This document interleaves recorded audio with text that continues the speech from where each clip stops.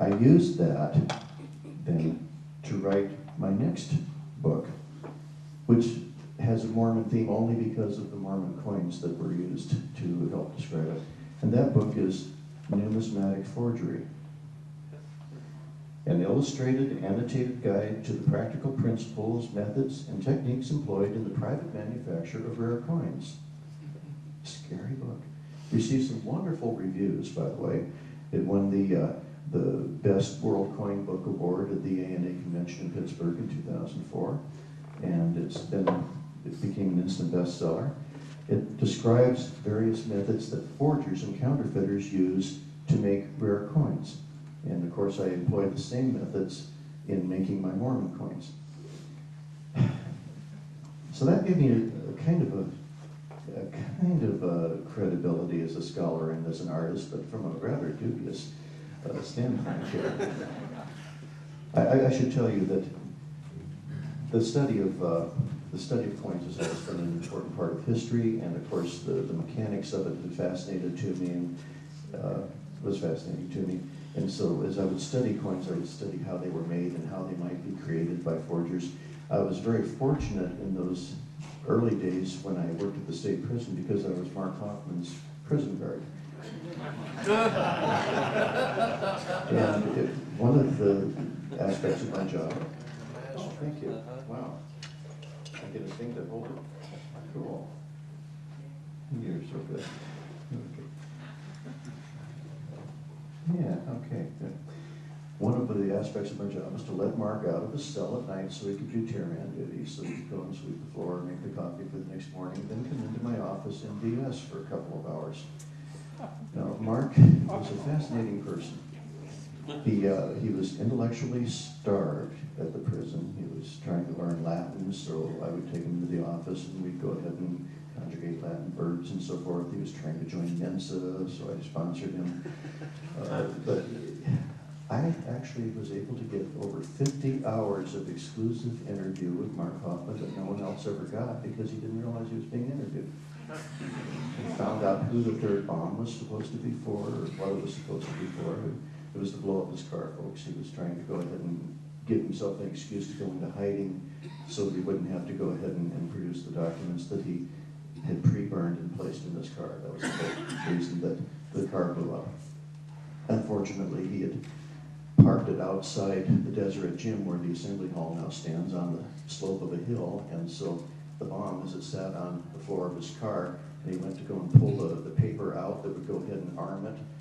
Well, it was on a slope, and so the mercury switch had already closed contact, and he pulled the paper out and it blew up right in his face. He didn't expect that to happen. But anyway, that was neither here nor there. We talked a lot about coin forgery because I was doing much of the research that I would later use in this book at the time.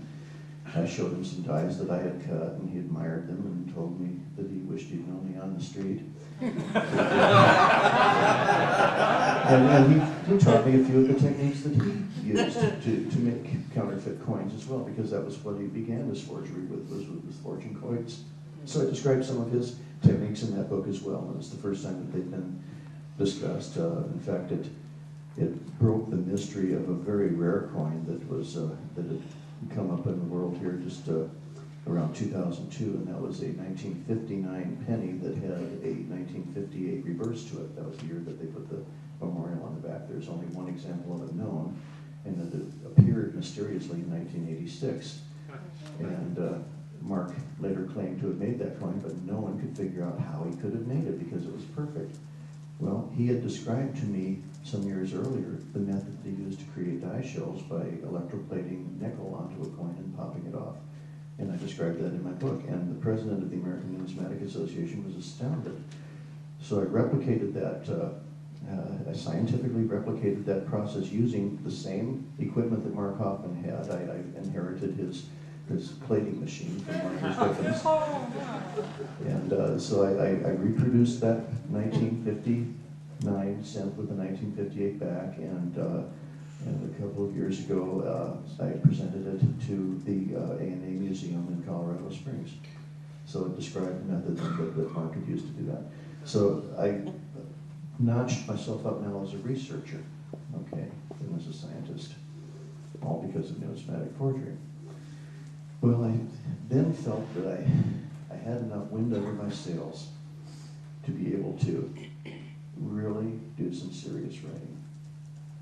And so I decided that I would take all of the experiences that I had collected and try to go and describe Mormon culture in a way that would be readable, not to people that had any interest at all in Mormonism.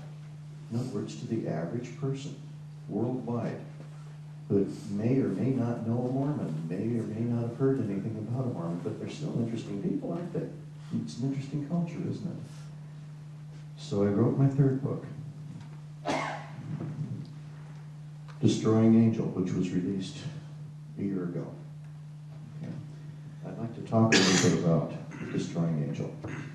Destroying Angel is a novel set in contemporary Utah. It centers around a series of home intrusions and killings that are taking place. In the opening chapters, an entire family is taken in their sleep into the garage and hanged. And the message on the wall is, "For and on the behalf of Dudley Levitt, who is dead." Wow. When this is discovered, well, it really sends ripples through Utah, as you might imagine that it would if it were real. They are looking for some type of a motive, and all they have is the name "For and on the behalf of Dudley Levitt, who is dead." They know that the former governor's name was Michael Levitt, and they discovered that Dudley Levitt was a pioneer ancestor of Michael Levitt, and that he was also a pioneer ancestor of the woman in the household whose family was all killed, although distant relation. Very unlikely that they'd known each other. Did I wear the battery out on that already? Okay. So immediately they imagined that there must be someone trying to intimidate the governor of the state of Utah by killing a distant family related to him, or family distantly related to him. And so they try to figure out what the motive for that could be. And the only thing they can come up with is that it must be fundamentalist Mormons, because Michael Levitt was responsible for initiating a crackdown against them late in this term that before they'd been ignored for nearly 70 years while Utah pretended they didn't exist. So this had to be it. And so naturally this would become an instance of domestic terrorism, so Homeland Security is called in. This sets up the role of all of my main characters, by the way. I have the Attorney General's office, who has a closed society investigator known as the Polygamy Czar. This is real. This is real. I've known what polygamy Czar, okay? They really have that. Okay, but in my book, this fellow is a Jack Mormon who was born and raised in Utah and so forth, an old Vietnam vet. And he teams up with a Gentile from Homeland Security who knows nothing about Mormonism, and the Gentile has to learn everything he can about the fundamentalists and why they are the way that they are. So I used the book there as a vehicle to describe contemporary fundamentalist Mormonism and their relationship with the Orthodox Mormon Church, which most people are blissfully unaware of, including Mormons. And so it becomes a fascinating study there. Well, as they get into it, there are other killings as well. An entire family in St. George this time, for and on the behalf of William Dame. So they're trying to scramble. Again, William Dame was a pioneer that was related, was an ancestor of the family that was, but they cannot determine who William Dame's descendant that might be trying to be intimidated was, that wasn't related to Michael Levitt. So they go through all the genealogy, the 10,000 descendants of William Dame, and they aren't able to determine that. Then finally another killing up in Logan, clear on the other end of the state, an entire family, for and on the behalf of Isaac Haight, who is dead. And then they realized that there was an apostle named David B. Haight. And again, this Isaac Haight was an ancestor of David B. Haight and also the family that was killed. So they're trying to, the investigators are trying to, I can see I've got a couple of you really. The investigators are trying to interview David B. Haight, and they aren't able to get to him because he's in his 90s and about to die, and so they have to interview a grandson in the church historian's office. And this is when they realize that David B. Haight's ancestor, Isaac Haight, and William Dame, and Dudley Levitt all had one thing in common as pioneers. They were participants in the Mountain Meadows Massacre.